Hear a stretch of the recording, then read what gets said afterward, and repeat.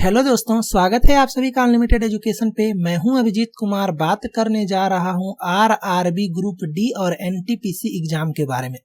मैंने स्टार्ट कर दिया है आप लोगों का क्रैश कोर्स, ठीक है। और इसमें हम लोग बात करेंगे 500 plus MCQs with detailed explanation in general science physics. इसी तरह से केमिस्ट्री का भी लेक्चर आएगा, इसी तरह से बायोलॉजी का भी लेक्चर आएगा। और आप सभी को पता है कि जनरल साइंस कितना ज्यादा इंपॉर्टेंट है, और आपको ये भी पता है कि मैं कैसे पढ़ाता हूं। अगर ये 500 प्लस एमसीक्यूज आप देख लेते हो तो मोर देन 5000 प्लस क्वेश्चंस का आंसर आप लर्न कर लोगे। याद रखना, ये है सेट 1 और इसमें हम लोग देखेंगे टोटल नंबर ऑफ 20 क्वेश्चंस। इसी तरह से सेट 2 आएगा, सेट 3 आएगा, सेट 4 आएगा। आप लोगों को कुछ नहीं करना है, आप लोगों को ईच एंड एवरी कॉन्सेप्ट जो मैं दूंगा, जहां पे याद करने के लिए बोलूंगा वहां पे याद कर लेना, और ये सारा सेट आपको देखना है। फिर देखो कैसे सक्सेस मिलता है। सक्सेस का फुल गारंटी मैं लेता हूं। कंडीशन यही है कि आपको जैसे जैसे बोला जाए वैसे वैसे पढ़ना है। अब जैसे हम लोग क्वेश्चन नंबर 1 देखते हैं, यहाँ पे एक चीज आप लोग और करना, मेरे आंसर करने से पहले आप लोग भी कॉपी में लिख लो, क्वेश्चन नंबर 1 से 20 लिख लो और सारे का आंसर करो। फिर मैं जो बताता हूं उससे मैच करो और देखो कि आप लोगों का कितना आता है। अगर 15 प्लस ले आते हो आउट ऑफ 20, मतलब आपका प्रिपरेशन लेवल सही है, आप आसानी से जॉब ले सकते हो। अब हम लोग क्वेश्चन नंबर 1 देखते हैं। What is the full form of ASLV? ये ASLV का फुल फॉर्म क्या होता है? तो इसका फुल फॉर्म होता है ऑगमेंटेड सैटेलाइट लॉन्च व्हीकल। तो इसको आप लोग देख लेना, ये सब चीज देखने से ही आपको समझ में आ जाएगा। क्वेश्चन नंबर हम लोग 2 देख लेते हैं। Which type of fuel is used by GSLV in its operations? अब आप ही लोग बताओ, GSLV का फुल फॉर्म क्या होता है? आपको ये भी तो पता होना चाहिए ना कि GSLV का फुल फॉर्म क्या होता है। क्वेश्चन नंबर 1 में था ASLV, लेकिन कोई गारंटी है क्या जो एग्जाम में ASLV ही आएगा? एग्जाम में GSLV भी तो आ सकता है ना। तो आपको ये भी पता होना चाहिए कि GSLV का फुल फॉर्म क्या होता है। तो इसका फुल फॉर्म होता है जियो सिंक्रोनस सैटेलाइट लॉन्च व्हीकल। क्या होता है इसका फुल फॉर्म? मैं राइट कर देता हूं, आप लोग भी नोट डाउन कर लेना। जियो सिंक्रोनस सैटेलाइट लॉन्च व्हीकल इसका फुल फॉर्म होता है। अब क्वेश्चन क्या पूछा गया है, किस टाइप का फ्यूल हम लोग इसमें यूज करते हैं?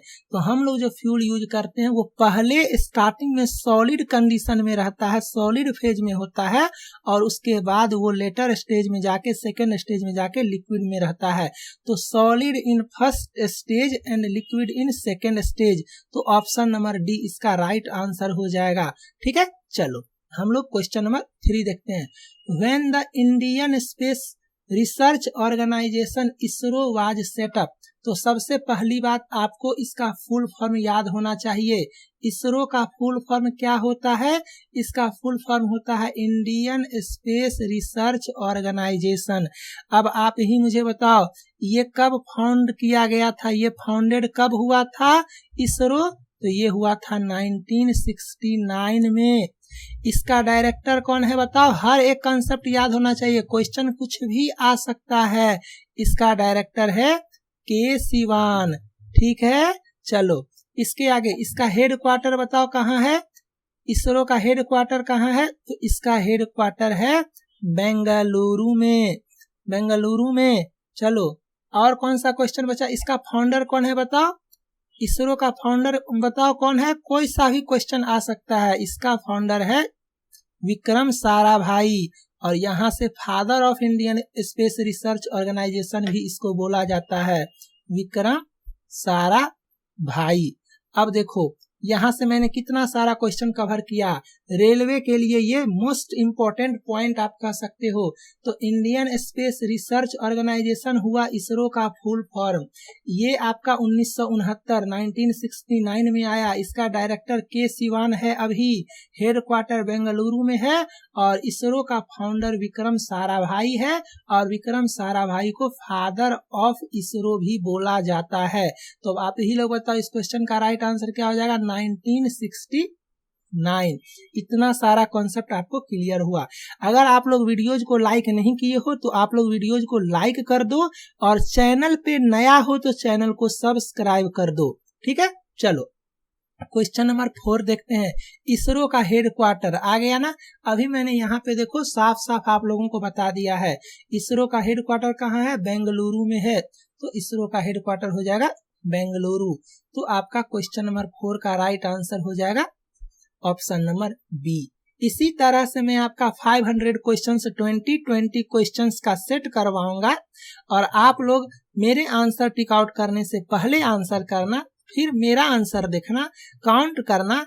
एटलीस्ट 15 प्लस आप लोगों को आना चाहिए आउट ऑफ 20। समझ जाना कि आपका प्रिपरेशन अच्छा है, और नहीं है कोई बात नहीं है, सिर्फ फॉलो करो और जैसे जैसे लेक्चर आए वैसे वैसे देखो। हर एक चीज याद होना चाहिए। ये क्वेश्चन देखो क्या है, which of the following is not true about Indian Space Research Organisation. तो अभी आपको बताओ मैंने क्या बताया था, मैंने बताया था ना कि इसरो जो है सो 1969 में आया। यहाँ पे दिया हुआ है 62, तो ये गलत हो गया। और आपसे क्या पूछा जा रहा है, नॉट ट्रू, तो मेरा ये ऑप्शन आंसर हो जाएगा। ISRO reports to Department of Space, ये सही है। The first satellite launched in India was Aryabhatta, याद कर लेना, यहाँ से भी क्वेश्चन बनता है कि first satellite launched by India कौन सा था, आर्यभट्टा। और great scientist doctor Vikram Sarabhai is known as the father of ISRO, इसको भी याद कर लेना। ये सब एक एक लाइन अपने आप में एक क्वेश्चन है। तो आपको क्या क्या पता चला यहाँ से, आपको ये पता चला कि first satellite launched in India was Aryabhatta, doctor Vikram Sarabhai is also known as father of Indian Space Research Organisation. ISRO जो है सो 1969 में आया था, इसका डायरेक्टर के सिवान है, इसका हेडक्वार्टर बेंगलुरु में है। ये सारा चीज आपको इसरो के बारे में पता चला। अब देखो फुल फॉर्म इतना इम्पोर्टेंट क्यों हो जाता है, क्योंकि फुल फॉर्म अगर आपको आता रहेगा तो वहां से भी आप क्वेश्चन बना सकते हो। अब जैसे यहाँ पे क्वेश्चन है IRNSS क्या है, नेविगेशन सैटेलाइट है या स्पेस मिशन है या मार्स मिशन है या जियो स्टेशनरी सैटेलाइट है, आपको नहीं पता है, लेकिन आपको इसका फुल फॉर्म आता है तो आप आंसर कर सकते हो। IRNS का फुल फॉर्म होता है independent regional navigation satellite system. देखो इसके फुल फॉर्म में ही लिखा हुआ है नेविगेशन सैटेलाइट सिस्टम, तो इसका आंसर क्या हो जाएगा, नेविगेशन सैटेलाइट। मैं इसका फुल फॉर्म लिख देता हूं IRNSS। तो आप लोगों को इसका फुल फॉर्म भी याद होना चाहिए, IRNSS independent regional navigation satellite system, और यहाँ फुल फॉर्म से ही आप इसका आंसर आसानी से कर सकते थे। क्वेश्चन नंबर 7 देखते हैं। Who was the India's first man women in the space. अब यहाँ पे देखो, यहाँ पे आपसे पूछा जा रहा है कि मैन या वुमेन फर्स्ट बताना है, तो सबसे पहले स्पेस में कौन गया था, आप सभी को पता होगा, सबसे पहले गया था राकेश शर्मा। तो इसका आंसर क्या हो जाएगा, राकेश शर्मा। सतीश धवन स्पेस सेंटर कहाँ पे है, अब आप बताओ, इसका एक और नाम है, सतीश धवन स्पेस सेंटर का एक और नाम है जिसको SHAR सार बोलते हैं, और सार का मतलब है श्री हरिकोटा रेंज। क्या है इसका मतलब, श्री हरिकोटा रेंज, ठीक है, इसी का दूसरा नाम है। और ये ऑपरेट किसके द्वारा होता है, सतीश धवन स्पेस सेंटर जो है ये ऑपरेटेड बाय इसरो। तो ये भी क्वेश्चन आ सकता है, आपको कुछ भी नहीं छोड़ना है। तो अब आप ही बताओ लोकेटेड कहाँ है, तो ये लोकेटेड, इसका नाम देखो मैंने अभी आपको बताया ना, सतीश धवन स्पेस सेंटर का दूसरा नाम है श्री हरिकोटा रेंज। तो यहाँ से आप पकड़ सकते हो कि सतीश धवन स्पेस सेंटर कहाँ है, तो श्री हरिकोटा में है। सिंपल सा फंडा, आसानी से, ठीक है। चलो क्वेश्चन नंबर 9 देखते हैं। What was the Chandrayaan 1? Chandrayaan 1 क्या था?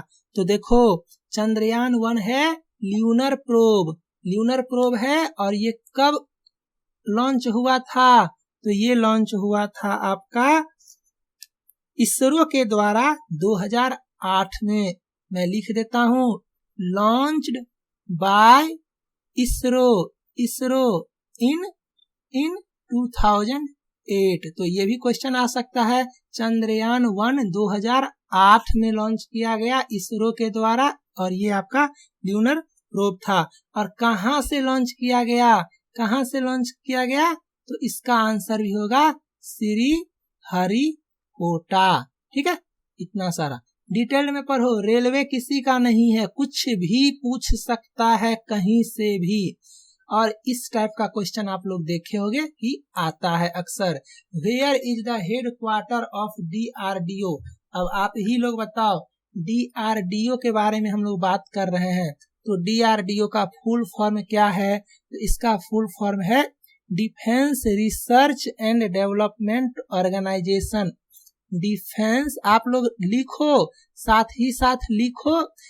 ऐसा लगेगा जब आप लेक्चर देखोगे तो आपको लगेगा कि अब याद रहेगा, लेकिन 2-3 दिन के बाद आप भूल जाओगे। इससे अच्छा है कॉपी में नोट डाउन कर लो। Defence research and development organisation. ठीक है, चलो अब आप ही लोग बताओ, DRDO का फुल फॉर्म समझ गए, इसका हेड क्वार्टर कहाँ है? तो इसका हेड क्वार्टर है आपका न्यू दिल्ली में। चलो अब एक चीज और बताओ, ये कब आया? ये कब आया? तो ये आया आपका, ये क्वेश्चन एग्जाम में आया हुआ है 1958 में। इसरो कब आया? इसरो आया 1969 में। DRDO कब आया? 1958 में। और इसका चेयरमैन कौन है? तो इसका चेयरमैन है जी सतीश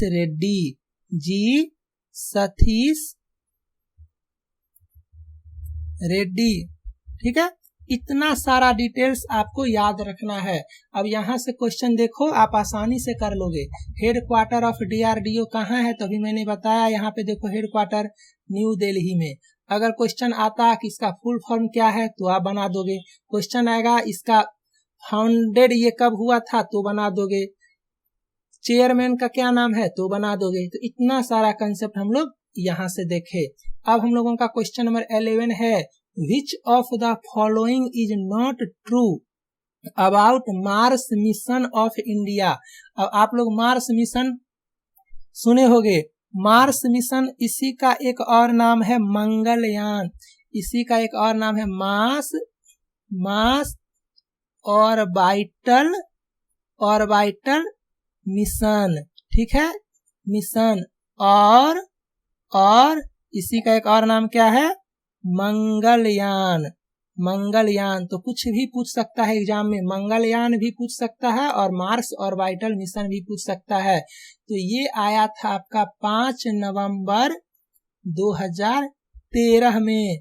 तो आपसे क्या पूछा गया? नॉट ट्रू, तो ये तो गलत हो गया। 13 में आया था, 2013 में आया था। It was launched on 5 November 2013. It was India's first interplanetary mission. ISRO has become the 4th space agency to reach Mars. याद रखना, यहाँ से क्वेश्चन पूछा जाता है, इसरो का ये रैंक पूछ देगा 4th, 5th, 3rd. India is the first Asian nation to reach Mars orbit. ये सारा आपको पता होना चाहिए। Question number 12, where is Thumba equatorial rocket launching station? अब यहाँ पे देखो, फिर से आपको इसका फुल फॉर्म पता होना चाहिए। ठीक है, इसका फुल फॉर्म क्या है? थम्बा इक्वेटोरियल रॉकेट लॉन्चिंग स्टेशन। और आपको ये पता है कि थम्बा एक प्लेस का नाम है, तो इससे भी आप कर सकते हो। थम्बा जो है वो आपका तिरुवनंतपुरम में है। थम्बा कहाँ है? थम्बा आपका तिरुवनंतपुरम में है। और तिरुवनंतपुरम कहाँ है? तो तिरुवनंतपुरम केरला में है। तो राइट आंसर क्या हो जाएगा? राइट आंसर हो जाएगा ऑप्शन नंबर बी। तो मैं यहाँ पे लिख देता हूँ, थंबा कहाँ पे है? तिरुवनंतपुरम। और ये कहाँ पे है? ये है केरला। तो आपको जो रहे, केरला रहे, तिरुवनंतपुरम रहे, थंबा रहे, आप आसानी से कर दोगे। तो क्वेश्चन नंबर 12 का right answer option number B. Question number 13 देखो, where is Vikram Sarabhai Space Centre? फिर से उसी तरह से, ये भी आपका तिरुवनंतपुरम में है, केरला में है। ये भी आपका तिरुवनंतपुरम में है, केरला में है। लेकिन यहाँ पे देखो कितना अच्छा से क्वेश्चन पूछा गया है। आपसे क्वेश्चन में ऑप्शन देखो, ए देखो तिरुवनंतपुरम दे दिया है और सी देखो केरला दे दिया है। अब क्या करोगे? तो कभी कभी क्या होता है, बेस्ट ऑप्शन चूज करना होता है। तो जब आपको तिरुवनंतपुरम दे दिया है, एक स्पेसिफिक प्लेस, तो हम लोगों का राइट आंसर यही हो जाता। अगर चारों स्टेट का नाम रहता तो हम लोगों का फिर केरला हो जाता। तो ये उम्मीद करता हूं आपको समझ में आ गया होगा। क्वेश्चन नंबर 14 देखो, which of the following is false? Aryabhatta. अब यहाँ पे देखो ध्यान से, आपको यहाँ से 4-5 क्वेश्चन याद हो जाएगा। Aryabhatta Institute of Observational Science कहाँ पे है? तो ये नैनीताल उत्तराखंड में है, ये सही है। Aryabhatta Institute of Observational Science Nainital में है, ये राइट है। SN Bose National Centre for Basic Sciences Kolkata में है, सॉल्ट लेक कोलकाता वेस्ट बंगाल, ये भी सही है। Indian Institute of Astrophysics is in Orissa, ये गलत है। ये है आपका कर्नाटका में। कहाँ है? कर्नाटका में, या बेंगलुरु कह सकते हो, बेंगलोर में। ठीक है, आपका उड़ीसा दिया हुआ है, गलत हो जाएगा। Indian Institute of geo magnetism कहाँ है? तो ये आपका मुंबई में है, ये सही है। आपको फॉल्स बताना था, ऑप्शन सी आपका राइट आंसर हो जाएगा। ये चारों आपको याद रखना है। Aryabhatta Institute of Observational Science Nainital में है, एसएन बोस कोलकाता में है, जियो मैग्नेटिज्म मुंबई में है, और इंडियन इंस्टीट्यूट ऑफ एस्ट्रोफिजिक्स जो है वो कर्नाटका या बेंगलोर में है, उड़ीसा में नहीं है। अब यहाँ से क्वेश्चन देखते हैं, चीफ ऑफ द एयरफोर्स के चीफ को क्या बोलते हैं? तो उसको बोलते हैं एयर चीफ मार्शल। याद रखना, काफी ज्यादा इंपॉर्टेंट है। चीफ ऑफ द एयरफोर्स को क्या बोलते हैं? Air chief marshal. और अभी कौन है आपका, बताओ अभी कौन है? अभी है आपका वीरेंद्र सिंह धनोआ। तो ये भी नाम याद रखना, इतना बढ़िया से एक एक चीज आपको नहीं कोई बताएगा। मैं इसलिए बता रहा हूँ कि मुझे एक्सपीरियंस है रेलवे में, कैसा कैसा क्वेश्चन आता रहता है, कहीं से वो कुछ भी पूछ सकता है। इसीलिए आप लोगों को पता ही है एएलपी में मैंने कैसे पढ़ाया था, बेसिक साइंस एंड इंजीनियरिंग। तो जिसने भी अच्छा से पढ़ा सभी का सिलेक्शन हुआ। तो अच्छे से पढ़ना है, डिटेल्ड स्टडी करना है, कुछ भी नहीं छोड़ना है। मजाल है क्या रेलवे का जो कहीं बाहर से आ जाए कोई सा भी क्वेश्चन। तो आपको क्या पता चला, chief of the air force बोलते हैं एयर चीफ मार्शल को, और वो कौन है? वीरेंद्र सिंह धनोआ है। चलो अब देखो यहाँ पे इंडियन आर्मी के बारे में आ गया।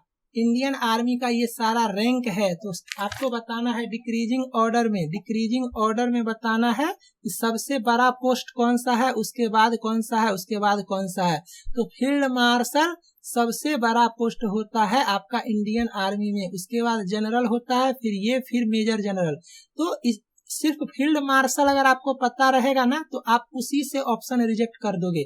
इसीलिए मैं बता रहा हूँ, याद रखना फील्ड मार्शल, इंडियन आर्मी में फील्ड मार्शल याद रखना, और एयर फोर्स में एयर चीफ मार्शल याद रखना। इसमें भी मार्शल है और इसमें भी मार्शल है, तो याद रखना आसान होगा। Question number 17, which of the following missile works on the theory? आप लोग पढ़े होंगे हिंदी में दागो और भूल जाओ, आप लोग पढ़े होंगे दागो और भूल जाओ। तो वही क्वेश्चन है, फायर एंड फॉरगेट। तो इसका आंसर है नाग को बोला जाता है फायर एंड फॉरगेट, दागो और भूल जाओ। अब ब्रह्मोस क्या है, आकाश क्या है, और शौर्य क्या है? तो देखो ब्रह्मोस एक सुपरसोनिक क्रूज मिसाइल है, ये आपका एक क्रूज मिसाइल है, जिसको कहीं से हम लोग ऑपरेट कर सकते हैं, कहीं से भी, लैंड से कर सकते हैं, शिप से कर सकते हैं, एयरक्राफ्ट से कर सकते हैं, सब मैरिन से कर सकते हैं, कहीं से भी कर सकते हैं। आकाश क्या है बताओ? आकाश है आपका surface to air, surface to air missile है। और शौर्य क्या है बताओ? तो ये आपका सरफेस टू सरफेस है, सरफेस टू सरफेस है क्या? तो मिसाइल, ठीक है। और नाग क्या है? नागो और भूल जाओ, ये भी है। तो इसको आप लोग अच्छे से देख लेना। चलो क्वेश्चन नंबर 18, ध्रुवा क्या है? तो ध्रुवा है आपका एक हेलीकॉप्टर, एडवांस्ड लाइट हेलीकॉप्टर है आपका ध्रुवा। क्वेश्चन नंबर 19 देखते हैं, which country is the biggest importer of arms in the world? अब देखो कभी कभी हम लोगों को ऑप्शन के हिसाब से देखना होता है। इंडिया है, लार्जेस्ट है इंडिया, लेकिन followed by Saudi Arabia and China, Saudi Arabia and China है, ठीक है। लेकिन आपको ऑप्शन में तो सऊदी अरब और चाइना नहीं दिया हुआ है, तो ऑप्शन के हिसाब से इंडिया आपका biggest importer of arms in the world हो जाएगा। चलो क्वेश्चन नंबर 20 देखते हैं फटाफट। From which country India purchases its maximum defence equipment?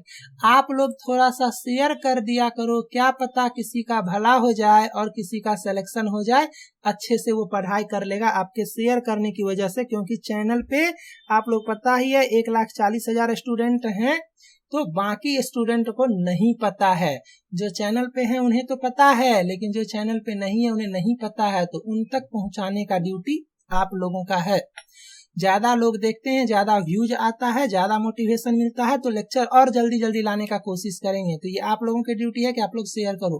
From which country India purchases its maximum defence equipment? तो ये काफी आसान क्वेश्चन है और काफी ज्यादा इंपॉर्टेंट क्वेश्चन है, रेलवे के पॉइंट ऑफ व्यू से डायरेक्ट एग्जाम में आता है कि इंडिया जो है सो डिफेंस के लिए सारा सामान, मैक्सिमम सामान कहाँ से, किस कंट्री से खरीदता है। तो इसका आंसर हो जाएगा USA। उम्मीद करता हूं आपको काफी अच्छा लगा होगा और ये 20 क्वेश्चंस से मोर देन 100 क्वेश्चंस के बराबर का कंसेप्ट सीखे होगे। और यहाँ से कोई सा भी क्वेश्चन आएगा तो आप गारंटी एग्जाम में बना लोगे। मिलते हैं नेक्स्ट लेक्चर में, तब तक आप लोग अच्छे से रहो, मन से एग्जाम का तैयारी करते रहो। Bye, thank you.